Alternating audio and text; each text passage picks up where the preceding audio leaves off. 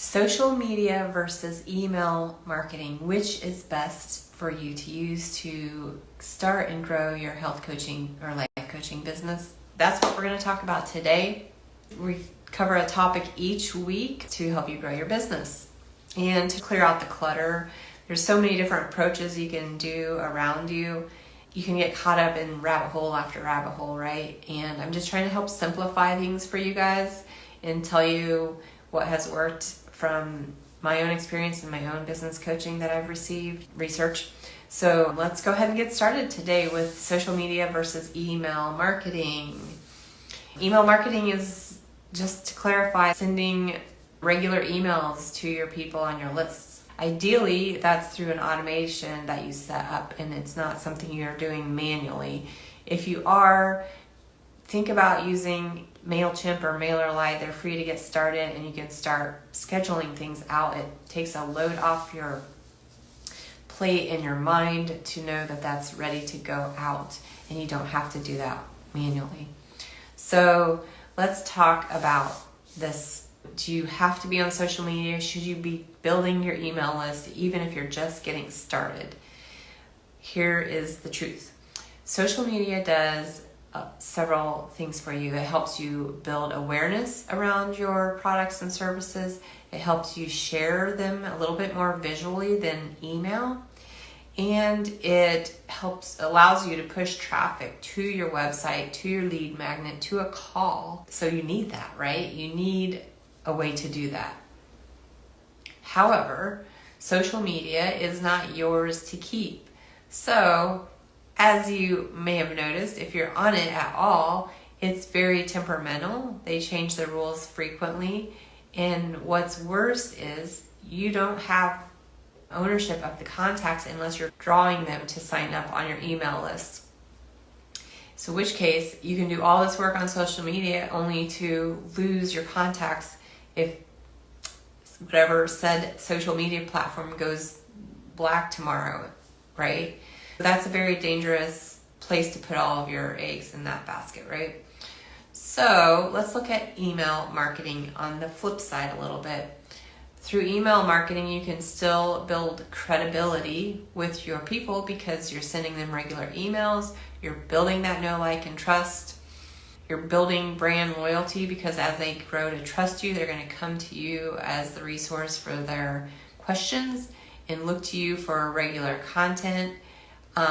You're going to be able to better track your clients' responses. You'll be able to see if they open the emails and what they're clicking on in your emails.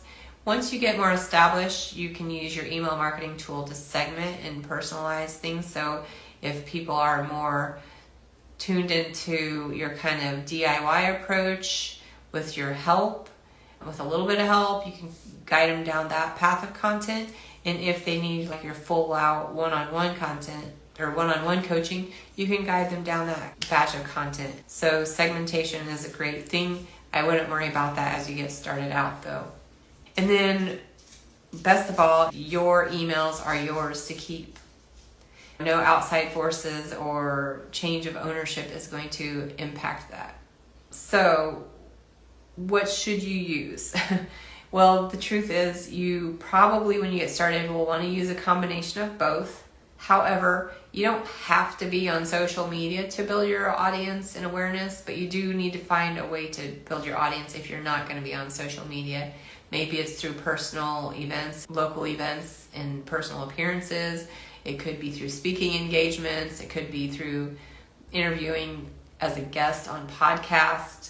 That's a great way to build your audience, or even starting your own podcast.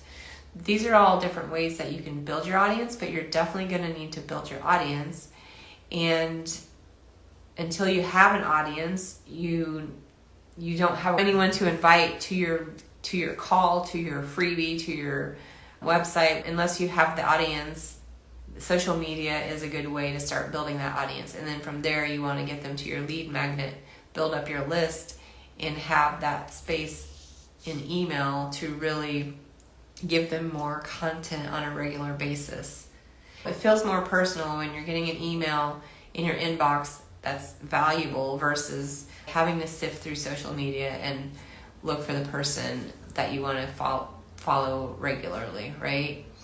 It's more personal feeling, and you can do more with email because even visually you have options. You don't want to put a large video file in your email, but you can put it on YouTube and link to it, right?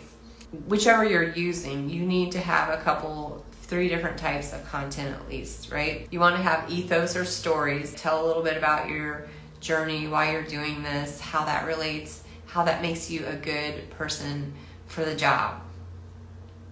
Then you also want to have lots of value. You want to offer free advice, free tidbits. You don't want to give away everything, but you do want to give away plenty. And in bite-sized pieces so that it's more consumable and people can see a shift just from what you shared today, for example.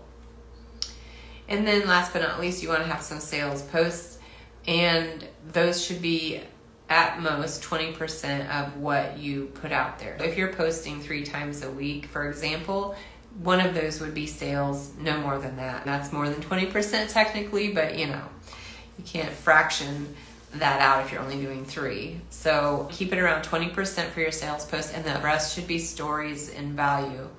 And value doesn't mean you have to bring them to a freebie or a file or an audio thing necessarily. It can be sharing a link to one of your other posts. It can be giving them a couple of bullet points to think about and do today. Value is even mixed in with your stories.